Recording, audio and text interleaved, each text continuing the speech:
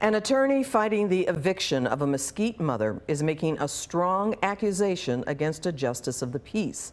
He says someone in the JP's office forged a notice of trial date for the eviction and placed it in his client's file after the date has passed. The eviction proceedings are now on hold until a judge reviews the claim. Fox 4's Sean Rabb joins us to explain. Sean.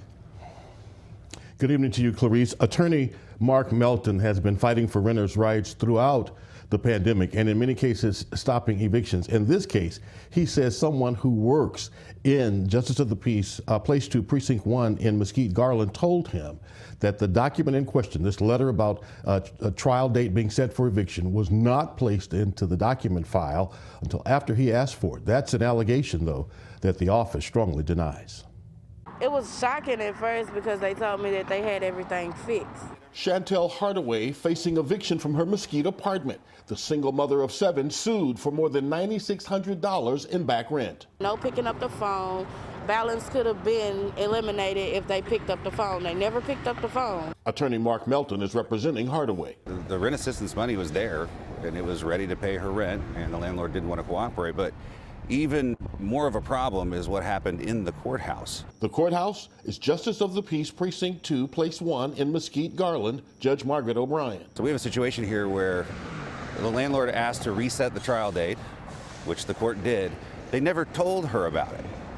And so the first notice that she had that had occurred was when the constable showed up telling her that she had 24 hours to vacate or they were going to throw all of her things in the lawn. In a statement to Fox 4, the court's chief clerk writes, in part, the defendant's trial date was reset and letter of reset was mailed to her.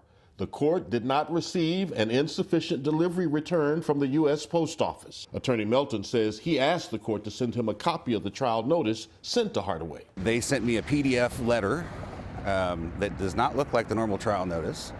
And then we find out through a whistleblower anonymous call that that letter was fabricated. It was a forgery that someone in the court made after I asked to see it. The allegation of forgery strongly rejected by the JP's chief clerk in her statement that continues, the court has no reason to believe any record in the court's file for this matter was falsified by one of its clerks.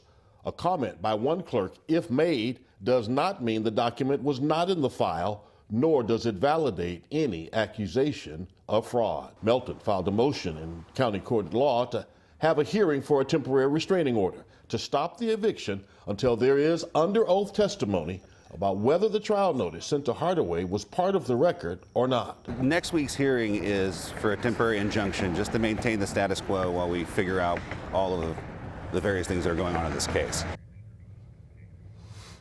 And when that hearing happens on Thursday, Mark Melton says he will call people who work in that office and they will testify to what he has alleged in his suit that he filed to hold all of this stuff at bay. That office says otherwise, Clarice, and they make it clear that if one person didn't see the document, they say that does not mean it was not in the file. So justice itself will be in question next week.